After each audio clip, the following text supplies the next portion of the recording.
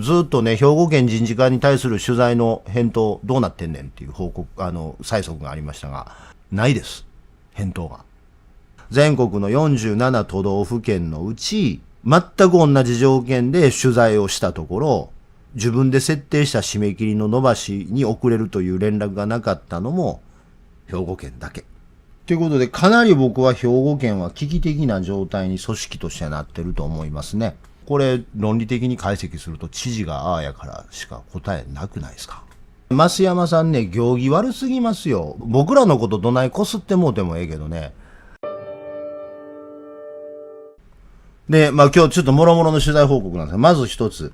これね、決体なんですけど、まあ公文社っちゃ公文社なんで、まあええんですが、これね、フラッシュやと思ったらね、フラッシュからの取材を受けたつもりなんですが、発表媒体が女性自身としたな。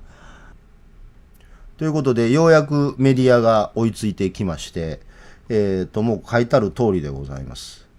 でも僕のコメントが載ってます。刑事告訴されてついての言い分はということで。これね、ちょっとまあ、何が言いたいかと僕はこういうコメントを述べましたということを申し上げたいわけではありません。取材の時にどういうことがあったかということを申し上げてるわけです。こう知らん携帯ではなかったんです。前から知ってる記者やったんですね。もうからの電話だったんで、着信見たら、知ってる電話番号が出て、久しぶりです、お世話になってます、言うて、電話出たら、ご無沙汰してます、言うて、出たら、刑事告訴されたって聞いたんですけど、って言われたんで、あ、されました、されました。ってで、刑事告訴されたことについてのコメントをって言われたから、刑事告訴されたことに対してコメントの述べようがないですね、っていうのが僕の最初の返答やったんです。いや、どう思いますかって言われたから、いや、知事が誰を告訴しようが基本的に勝手でしょうって答えるしかないじゃない。これ民事の裁判やったらさ、お決まりのさ、まだ訴状が届いていないのでコメントのしようがないみたいなこと言えるかもわからんけども、刑事やからね、訴状なんか届かへんし、最初から。ねえ、いや、だからまさにそう言うたの。すべての人民は告訴する権利を有しているのでいいんじゃないですかって言うたんです。はぁって言わはったんですよ。言われても。逆に俺がはぁって言われたから、いや、はぁって言われても、刑事告訴されたことそのコメントって言ったら、それそのものに対するコメントはないって言うしかなくないですかって言ったら、言われてみればそうですね。聞くなよとか思いながら。いや、だってほら、すべての人民は裁判する権利を有してるわけですから、やればいいんじゃないですかで、だから結局その問題意識がどこにあるかってそこで気づいたんです。でも知事じゃないですかって言うてきはったんです。でも知事じゃないですかって言うてきたから、だからこのコメントになったわけ。権力者のくせに一物書き相手に刑事で訴えるとはその恥ずかしさがわからないわけですから、本当に教養のない人なんだなと思いますって。という話は、その向こうが刑事告訴に対しての受け止めというのを俺に投げてきて、受け止めもクソもそんなもん刑事告訴やんけ。それがどないしてんって話で、いやでも知事じゃないですかって言われて、そこは問題でしょって。だとすると、権力者が物書き相手に刑事告訴に及ぶというのが、いかにアメリカ、イギリス、フランス、ドイツ、イタリア、韓国、台湾、チームの西側の国としていかに恥ずかしいことであるかということを理解していない、教養がないと言わざるを得ないというコメントだったんです。西側じゃないということですね。ということを言うたんです。で、まあまあ、記者クラブもあれを暴言や言うてるかもわからんって言うてるから、いや、暴言かもわからんけども、俺の発言が暴言や言うんやったら、期限が来る前に死んでて、異議申し立てせえへんかったから、結果として受け入れた言うてる方が暴言なんちゃうのっていういつもの話ですよね。お前人殺しやんけって言うのんと、自殺した人を指さしながら、異議申し立ての締め切り前に死んでしもてんねんから異議申し立てしてないやんっていうのと、どっちが暴言やねん。そこで初めて自分が触ってるネタを記者は気づいたっぽいの。そんなこと言ったんですかっていう。だからどうやらね、俺を批判する記事を書こうとしてたっぽいの。いや、もう記者会見の文字起こし出てるんで、見に行ったらどうですって言ったら、そんなんあるんですかって言った。いや、だから、それは誰かが文字起こししたやつじゃなくて、兵庫県自らが、兵庫県の公式サイトに、毎回記者会見載ってますから、その記者会見の文字起こし載ってますから、一回ちょっと電話切って、見てきてくださいって言うたんや。で、そっからもっぺん話しましょう、言って。わかりました、って電話切って。しばらく経ってからもっぺん電話がかかってきて。本当に書いてありました。でしょ？書いてあるでしょって。俺の人殺しやないかが暴言や言うんやったら、それ暴言でしょって。はい。要はさ、俺のことを一方的に殴る記事やったら、人殺しなんて言葉を使うのは良くないって書きゃええだけやから、全然彼のやってることは間違いじゃないのよ。ただ、俺のコメントを取ってみたら、もっと俺が粗暴な男で何が悪いんだこの野郎みたいなこと言うかなと思ったら、斎藤元彦教養がないとか言えてしまうから、この人頭ええ人やってことを再確認しはったんでしょうね。それで怒ってる理由があるから見張ったらどうですか言うたら、見てきますって見てきて、ほんまにそんなこと言っててひどいなって。で、もう180度変わってんねん。態度が。読んだら。そんななんぼ知事がお前、そんな知事がお前、死んだから異議申し立てしてへんねん。そんなひどいこと言うはずない。ほんまやになって。で、後悔はしてないかって言うけど、後悔するわけないやないかと。で、まあだから後悔してないかって言うけど、後悔してるわけがないと。ここでその例え話を。電車の中で痴漢が発生してみんな、どっかのおっさんが女の子の体触ってるの見てるのにじーっと黙ってるから、俺がやめろって言うたら、周りの人から電車の中で大きな声出すなって言われた気分ですって言うといた。いや、それは電車の中で大声出したらあかんよ。だけど、痴漢にやめろ言うて怒ってる時に、大きな声出すなって言われたら、いやいやいや、ちゃうやろって話でしょ。当たり前の話だと思う。ということで乗りました。はい、ということです。で、まあ、ちょこちょこ取材は受けてるんで、ちょこちょこ後追いで事態が進展していったら記事になっていくんでしょうね。まだ告訴状受理しただけなんで、そこから先の兵庫県警の動きっていうのは分かりませんけども。まあね、俺はね、ほんまにね、パクられたいの。パクられたいの。だって一番最悪のパターンやもん、それは。で、このまま言ったら絶対不起訴になんねんもん、こんなん。不起訴しょうもないや。不起訴は政治的にめっちゃ面白いんですよ。不起訴はめっちゃ面白いね。不起訴は不起訴でめっちゃ面白いんですよ。不起訴は不起訴でめっちゃ面白いの。だってさ、元彦はさ、僕不起訴になったんで、給与減額法案可決してくださいって議会にお願いしてんねんで。不起訴なんで僕真っ白です言うてんねんで。そいつが俺のことを刑事告訴してきて、俺不起訴になってみ、人殺しは真っ白ですって言えるやから。もうだからめっちゃおもろいのよ、それは。それはそっちでおもろいのよ。それはそれで面白いの。それはそれで県議会が、次の9月議会で、もっぺん次9月議会違うわ。9月議会やな。次の9月議会で出してきよったら、言うたったよね。菅野さんも不起訴になりましたけどね。なんか意味ありまんの不起訴に。それはめっちゃおもろいと思うよね。菅野さんとあんた不起訴仲間ですやん、いう話になる。でもそれは、俺らみたいな元彦問題オタクやからプププって笑えるだけで全国的な話題にならへんから、元彦という劣悪な知性の持ち主が兵庫県の知事をやっている害悪ということを表現するためには、俺は逮捕されなければいけない。そうすると、いや、ちょっと待てよ、おいって話になるわな。だってお前ら俺が逮捕されたらキャラキャラ笑うでしょ。最高やん、美味しいやんって笑うやん。で、あともう一個取材の報告がある。これは今申し上げたのは取材をされた報告ですけど、今度は取材をした報告です。取材をした報告をするために何が必要かというと、これが必要でしょうな。ちょっと待って。まあでも、あれです。ちょっとずっとね、兵庫県人事課に対する取材の返答どうなってんねんっていう報告、催促がありましたが、ありますが、ないです。返答が。厳密に言うと、ありました。回答期限を1週間延ばした結果、電話がありました。で、書面での回答はご容赦いただきたいということで、口頭で連絡がありました。で、なんで書面でダメなんですかって言ったら、上長と確認した結果、この取材に対しては書面ではお答えできませんということでした。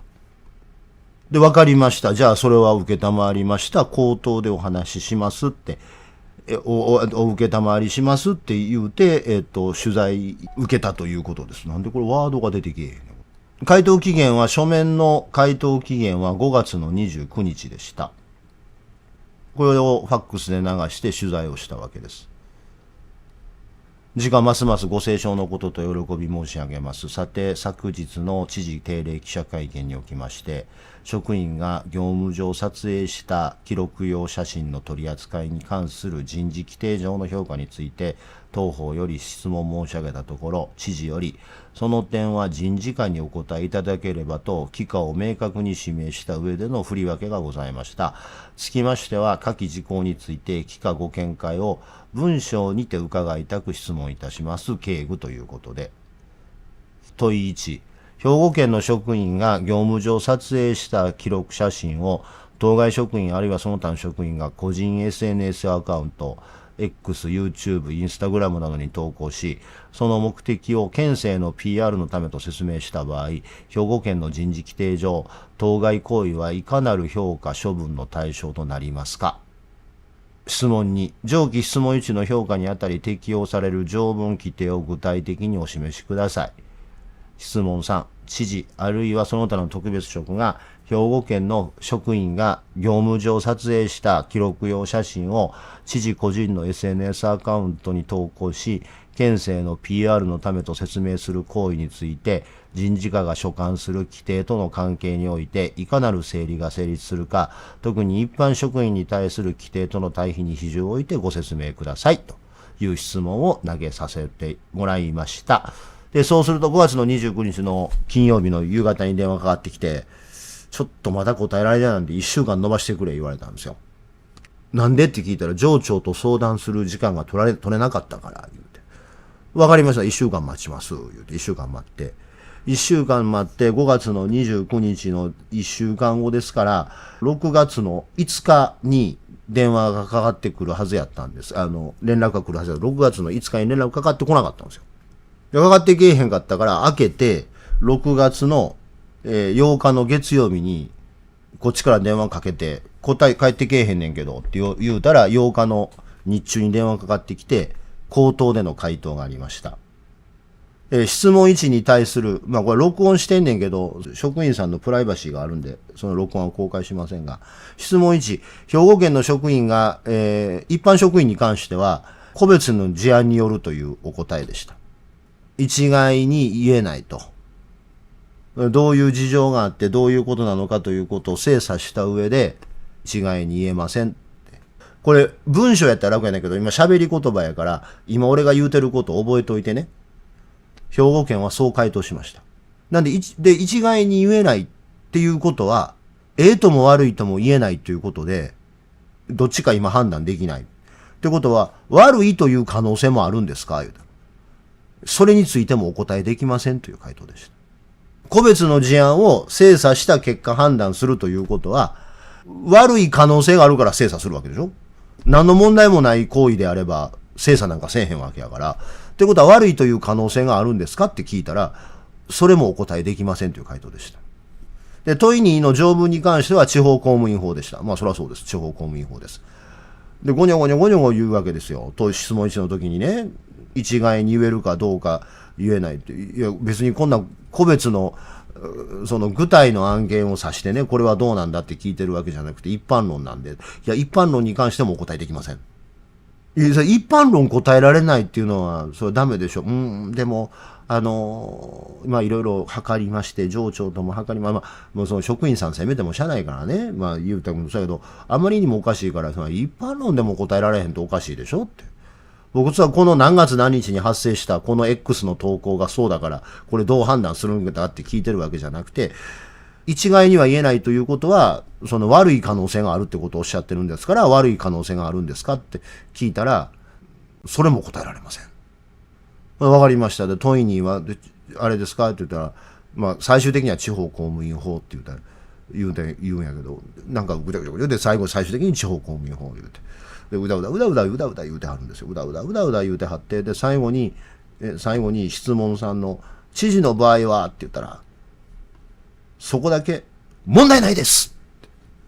それなんでって聞いたら、特別職は地方公務員法の対象でないから。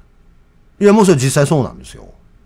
実際そうだけど、地方公務員法の、今ちょっと条文忘れてもうたけど、38やったかなんかのところに、何人も規定っていうのがあるから、何人も規定に反するんじゃないですかと聞いたら、なんとすごいことを言うて。いや、もうそもそも我々は、そういうことを判断する部局ではないのでっていうご回答やったんですね。我々はそういうことを判断する部局ではないと。あ、確かにそうですね、と。人事課が知事の非行為を判断する場所じゃないってことは分かりました。じゃあ兵庫県全体で知事の非行為を確認する部局はあるんですか？ありません。はあ、ないんですね。副知事の場合は言うたら言葉つまらんはったんですよ。副知事は、みたいな。副知事もポリティカルアポインティだから地方公務員法の対象じゃないはずですけども、副知事の非行為を確認する部署はあるんですかって聞いたら、その点については確認してお答えしますって言われてからずっと待ってます。ほんでね、これ取材者としてちょっとね、僕が逸脱した行為をしているかもわからんけども、ちょっと僕はちょっと腹に据えかねるところがあって、5月の29日締め切りのやつで、その日のうちに伸ばしてくれ言われて1週間待った。1週間向こうが設定した締め切りの時に、答えられへんかったら答えられへんで電話あるべきやん。なかったんよ。ほんで、しびれ切らして土日挟んで次の月曜日の朝配信終わった後、こっちから電話かけてんねん。待ってるんですけど、お答えなかったんですけど、言ったら、すいません、今担当席が外してるんで、その担当さんが持ってきやったら昼前にもっぺんかかってきた。で、今、解説したやりとそこに、もうその段階でおかしいでしょ？でも回答内容もおかしいんですけども、皆さんに見ていただきたいものがあるんです。北海道から沖縄まで、全国の都道府県の人事課に全て同じ質問をファックスで行いました。すべての都道府県に対して兵庫県と条件を揃えるためにファックスにしました。なぜ1週間待ってくれ言われたからさ、その1週間のウィンドウを有効活用したいじゃない？だから、1週間のウィンドウを有効活用するために全国の都道府県をファックス調査いたしました。で、群馬はファックスがないんで、群馬だけはファックスじゃなくて電書バトにしましたけども、それも仕方がないです。近所に群馬から亡命してきて、くさび文字書ける人がいるんで、その人に翻訳してもらって、群馬だけは電書バトを飛ばしましたけど、その結果なんですが、これちょっとファイル名が都道府県名じゃないんで、スクショで見せても何のこっちゃわからんと思いますが、これ日付を見てもらうのが重要だと思いますので、都道府県名ファイル名が都道府県名じゃなくて、ファックスの受信日になってるんで、ちょっとわかりにくいですが、パッと見てください。すべての都道府県が期限内にご回答いただいております。この6月の8日の16時台にダーッとファックス届いてるのは6月の8日が回答期限内ですから、6月の8日の業務終了時間前に各都道府県の人事課の皆さんがファックスを送ってこられたという証拠ですね。全国に北海道から沖縄まで47都道府県ありますけども、全国の47都道府県のうち全く同じ条件で取材をしたところ、口頭での回答にしてくれと言ってきたのは兵庫県だけ。かつ、締め切りを延ばしてくれと言ってきたのは兵庫県だけ。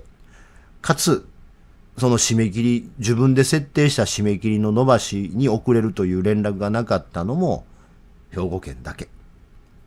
だってこれ、ほら、綺麗に時間揃ってるやん。ファックス届いてんの。まともな行政じゃなくなりつつありますね。